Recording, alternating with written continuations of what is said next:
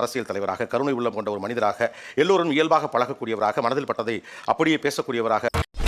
அதனால அவர் முகத்தை வந்து நல்லா ப்ளோ அப் பண்ணி தான் வந்து பார்த்தேன். குறிப்பா வந்து அந்த கண்கள் அப்படியே உயிர்ப்போடு இருக்கிற ஒரு அந்த கண்கள் இருக்குல்ல, அது எல்லாருக்குமே வந்து கிடைக்காது. பெரிய மருது படத்துல ஒரு பாட்டு வரும்.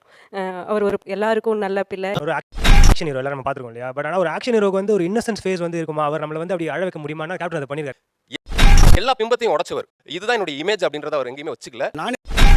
நானே மந்திரியில இன்னைக்கும் பார்த்தா கூட அந்த ஹியூமர் சென்ஸ் வந்து அவருக்கு மட்டுமே பொருந்துற மாதிரி. அனைவருக்கும் கோபிநாத்தின் அன்பு வணக்கம். இன்றைக்கு நீயா பேசவிருப்பது சொக்கத்தங்கம் விஜயகாந்த்.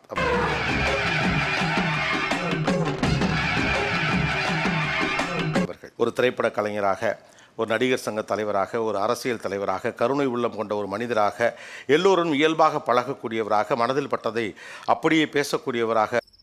யார் அவரு? எனக்கே அவரை பார்க்கணும் போல இருக்கு. உள்ளொன்று புறமொன்று வைத்து இயங்காத ஒரு மனிதராக, எளிய மனிதர்களிடம் இயல்பாக இருக்கக்கூடியவராக, இப்படி பல்வேறு முகங்கள் கொண்ட ஒரு மனிதருக்கு ஒரு ட்ரிபியூட் தான். எல்லாருக்கும் வணக்கம்.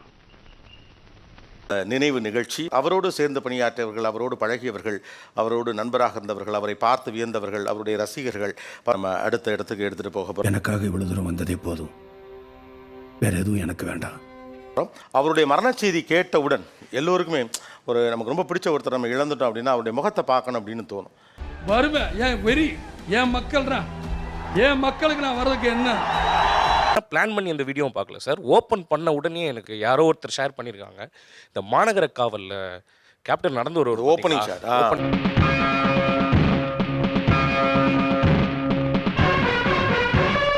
ஷாட்டில் கால் வச்சு அப்போ வந்து மைண்டில் ஓடுனது என்னன்னா, இப்போ கம்பீரமான ஆள் இப்போ இப்படி ஆயிட்டாரு அப்படின்ற அந்த ஃபீல் தான் சார். எப்படி இந்த மனுஷன் எப்படி ஆயிட்டாரு பாத்தியா? ரொம்ப இருந்தது.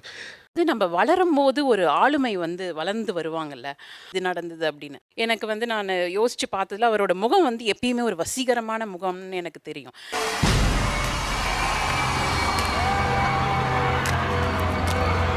அதனால அவர் முகத்தை வந்து நல்லா ப்ளோ அப் பண்ணி தான் வந்து பார்த்தேன். குறிப்பா வந்து அந்த கண்கள் அப்படியே உயிர்ப்போடு இருக்கிற ஒரு அந்த கண்கள் இருக்குல்ல, அது எல்லாருக்குமே வந்து கிடைக்காது. நான் நார்மலாக ஹவுஸ் ஒய்ஃப் தான். அதிகமாக ஃபீல் பண்ணுறது அந்த மாதிரி தெரியல. ஆனால் மைண்டு பிளாங்க் ஆகிடுச்சு. ஃபஸ்ட்டு யாருக்கும் அவ்வளோவா ஃபீல் பண்ணதில்லை.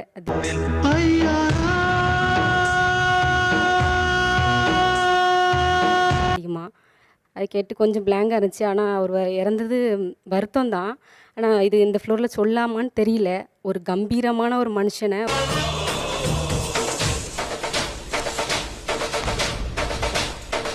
ஃபஸ்ட்டு பார்த்த உடனே அந்த அதிர்ச்சி அலை அந்த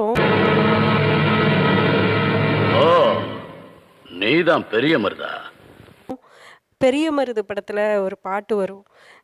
அவர் ஒரு எல்லாருக்கும் நல்ல பிள்ளை, நல்ல பிள்ளை என்னுடைய ஓடத்தில வாழ்வதெல்லாம் புண்ணியந்தான் நீ இருக்கும் நாட்டுக்குள்ளன்னு. அந்த வரிகளில் வந்து அவரோட உண்மையான குணம்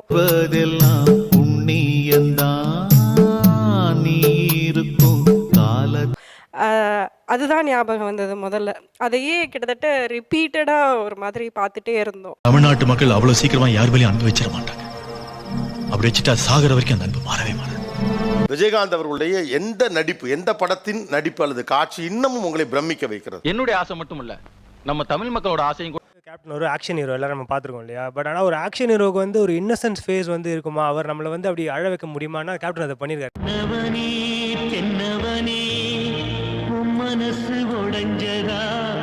எனக்கு ரொம்ப சின்ன வயசில் என்னோட நினைவு வந்து வானத்தை போல. நான் நிறைய படங்கள் பார்த்துருக்கேன், திரும்ப நிறைய படங்கள். வானத்தை போலில் வந்து லிவிங்ஸ்டன் சார் வந்து அண்ணனை பார்த்து கைது பண்ண வந்த அண்ணனை பார்த்து பண்ண முடியாமல் அழுவார். போலீஸ் வேலைக்கு சேர்ந்தேன், ஆனா எங்க அண்ணனை அரெஸ்ட் பண்ணி தான் அந்த உத்தியோகத்தில் நான் இருக்கிறேன்னா அப்ப இப்படி உத்தியோகம் எனக்கு தேவையில்லை.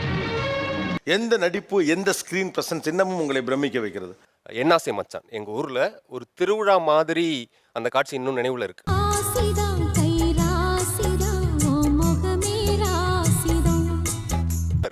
அப்ப எனக்கு ஏன் கேப்டனை பிடிக்குது அப்படின்னா, எல்லா பிம்பத்தையும் உடைச்சவர். இதுதான் என்னுடைய இமேஜ் அப்படின்றத அவர் எங்கேயுமே வச்சுக்கல. நீங்க ரியல் கேப்டன் சார்.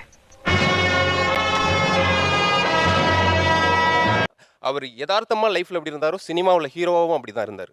ஆக்ஷன் ஹீரோவாகவும் பண்ணுவார், டக்குன்னு மனசு உடஞ்சி பேசுறது இருக்கும்ல, அது வந்து எனக்கு ரொம்பவே பாதிக்கும். நாட்டுல பிறந்த ஒவ்வொரு மனுஷனுக்கும் மனசுல ஈரம் இருக்கணும், அவன் தான் மனுஷன். எல்லாமே அவர் வந்து இந்த நானே ராஜா நானே மந்திரியில் இன்றைக்கையும் பார்த்தா கூட அந்த ஹியூமர் சென்ஸ் வந்து அவருக்கு மட்டுமே பொருந்துற மாதிரி. முகம் ஃபுல்லாக அந்த வாய் ஃபுல்லாக சிரிப்பார் சார். அந்த பல்லு அவ்வளோ அழகாக இருக்கும் சார். என்னப்பா இது? கரெக்டான படம் சொன்னீங்க, நானே ராஜா நானே மந்திரி. அவரோட லவ் சீன் பார்த்தீங்கன்னா இப்போ நார்மல் ஹஸ்பண்ட் அண்ட் ஒய்ஃப் எப்படி இருப்பாங்களோ அதே மாதிரி லவ் சீன் தான் எல்லாம் இருக்கும். அம்மன் கோயில் கிழக்காலே பார்த்தீங்கன்னா நான் உங்க கண்மணி வந்திருக்கேங்க. என் கண்மணியை தான் என்னால காப்பாற்ற முடியல, நீ இல்லப்போ. ராதாவோட சீன்லாம் விளையாட்டுத்தனமாக தான் இருக்கும். லவ் பரவசம் அப்படிங்கலாம் தாண்டி ஊர் பக்கத்தில் சின்ன கேலி கிண்டலோட ஒரு காதல் இருக்கும்.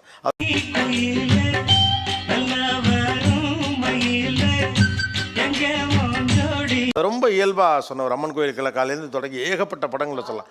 பெண்களுக்கு நிறைய பிடித்ததுக்கு காரணமும் அதுதான். நினைவே ஒரு சங்கீதம்னு ஒரு படங்க. முறப்பொண்ணு இவரை காதலிப்பாங்க.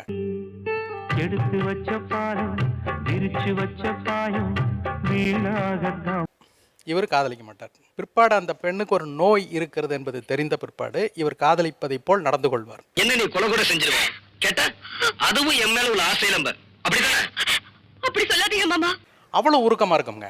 கடைசியில் அந்த பொண்ணுக்கு எனக்கு நோய் இருக்கிறது, நான் சாக போறேன்னு தெரிஞ்சுதான் நீங்கள் இப்படி நடந்துக்கிட்டீங்க, என்ன பிடிச்ச மாதிரி அப்படின்னு கேட்பார். உங்ககிட்ட நான் சாக போறத சொல்லி ஏமாத்தி தாலி கட்டி வச்சுட்டேன்ல. புருஷன் தான் எனக்கு மட்டும்தான் அப்படின்னு ஒரு படம். அதில் வந்து சுஹாசினியை விரும்புவார். அவங்க கிட்ட போய் சொல்லுவார் எனக்கு உங்களை பிடிச்சிருக்கு அப்படின்னு. என்னை அடியே சாரதான்னு ஒரு வாட்டி கூப்பிடுங்கன்னு சொல்லுவாங்க. அடியே சாரதா அப்படின்னு என்ன கூப்பிடுங்க.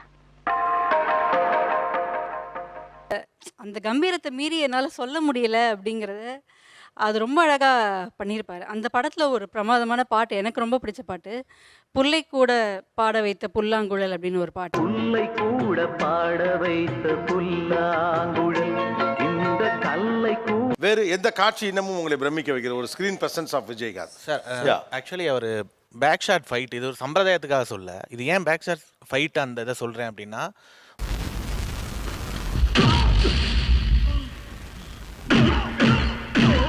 வைதேகி காத்திருந்தாலாம் நீங்கள் அந்த ஒரே ஒரு பாட்டு போதும். என்ன இப்போ காத்திருந்து காத்திருந்து பாட்டு இருக்கு பார்த்தீங்களா? காத்திருந்து காலங்கள் போகுதடி பூத்திருந்து அவ்வளோ லவ் படம் இருக்கு. இன்னொன்று டான்ஸ் கூட சொல்லலாம். இப்போ டான்ஸுக்கு வந்து எல்லாருமே இப்போ பார்த்தாலும் பரதனே சொல்லுவாங்க. எனக்கு அதுலேயே கூட கொஞ்சம் காண்டு. அந்த காலகட்டத்தில் யார்ப்பா டான்ஸ் பெருசான்னா, அவருடைய உடம்புக்கு அவருடைய இதுக்கு வண்டிக்காரன் சொந்த ஊர் மதுரை, சொந்த ஊர் மதுரை, இந்த வண்டிக்கார சொந்த ஊர் மதுரை. எனக்கு பிடிச்சது கேப்டன் பிரபாகரனில் ஒரு கோர்ட்டு சீன் சார். எனக்கு தெரிஞ்சு சிவாஜி சார் நடித்த பராசக்தி படத்துக்கு பிறகு 10 நிமிடம் கோர்ட்டு சீனு. ஆனால் 10 நிமிடம் தியேட்டரில் கிளாப்ஸ் பறக்கும். நாட்டில் ஒரு பொண்ணு நடு ராத்திரியில் தன்னந்தனியாக பயம் இல்லாமல் என்னைக்கு நடமாட முடியுதோ அந்த நாள் தான். அப்படி ஒரு தெனாவட்டம், அப்படி ஒரு ஸ்டைலிஷாக அவர் பண்ணியிருப்பார். அதே மாதிரி சின்ன கவுண்டர் ஒரு வாழ்க்கையில் பண்ண படத்தில் ரொம்ப யதார்த்தமான படம். 1.5 சமயம் உன்னால தூக்க முடியாம அடுத்தவங்க மேலே ஏற்றி விடுற, படிச்சு போட்டா மட்டும். எப்பொழுதெல்லாம் பசிக்கிறதோ அப்பெல்லாம் போன இடம், ஒரே இடம் ராஜா பாதர் தெருவில் இருக்கிற விஜயகாந்த் இல்லந்தான். இது வரைக்கும் மற்றவங்களை பார்க்க வச்சு நான் மட்டும் சாப்பிட்டதே இல்லை. இந்தாங்க முகங்கள் தான். முகத்தில் பொய்யே இருக்காத ஒரே நடிகர் விஜயகாந்த் தான். பொய்யே நான் யாருக்கும் எந்த துரோகமும் செஞ்சதில்லை. எனக்கு துரோகம் செஞ்சவங்களுக்கு கூட நான் நல்ல. சிவா சார், நீங்கள் இந்த நாக்கு மடிச்சுட்டு உள்ளே இறங்கிட்டு வர, நாக்கு மடிக்கிறதுன்றதுலாம் அவருக்கு ஒன்றும் புதுசு இல்லை. கோபம் வந்தால் நாக்கு முடிச்சிடும்.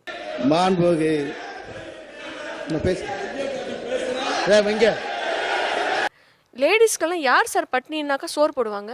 எனக்கு யாரோ ஒருத்தர் சொல்கிறாங்க, நீங்கள் ஏன் இவ்வளோ கஷ்டப்படுறீங்க, கேப்டன் சார் வந்து அங்கே சாப்பாடு போட்டுட்டு இருக்காங்க. சாப்பிடுங்க சாப்பிடுங்க சாப்பிடு அங்கே போங்க அப்படிங்கும்போது அந்த சாப்பாடு சாப்பிடும்போது எனக்கு கடவுளை பார்த்த மாதிரியே இருந்தது.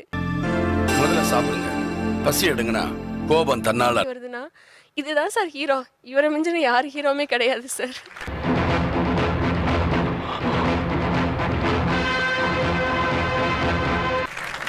நடிகர் சிவாஜி கணேசன் அவர்கள் மறைந்து